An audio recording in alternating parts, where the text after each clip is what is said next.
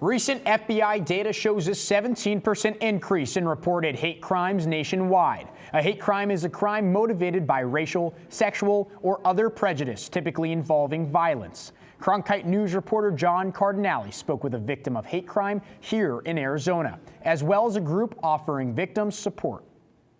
At first, what Laura DeVere experienced at her home seemed like a joke. It started over a year ago, and these kids would drive by and ring the doorbell and run away, and I just figured kids playing, didn't think much of it. But 3 months ago, the joke turned into something much more serious. One night they were just really at it and ring my doorbell a bunch of times, and then when I went outside, I found this note with anti-Semitic graphics on it. Laura and her husband had been a target of a hate crime from what she believed stemmed from the Hebrew-written decorations on their porch. I couldn't believe it when as soon as he was at work too, and I sent him a picture. I'm like, look what these kids left now. According to the FBI, 264 hate crimes happened here in Arizona alone last year.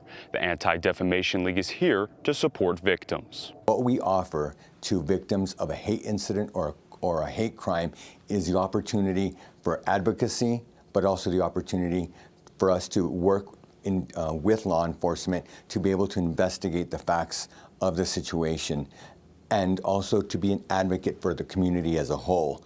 And while the ADL exists to support and advocate, there are some disappointing statistics. The National Center for Victims of Crime reported that just 54% of hate crimes occurring between 2011 and 2015 were reported. That is the key word, reported. We don't know what is not reported, so the numbers could be significantly higher. And that is Laura's advice to anyone who is a victim of a hate crime: speaking. It's important to talk about it and have a dialogue about it, because otherwise people aren't going to realize this is happening, and then also report it to the ADL. And since the DeVeres have made this incident known to their neighbors, they have gotten support. And you would be surprised, the community has really been very supportive, and I also think part of it was the incidents with the doorbell ringing stopped too, so I thought, that was a good way to put an end to this. In Scottsdale, John Cardinale, Cronkite News.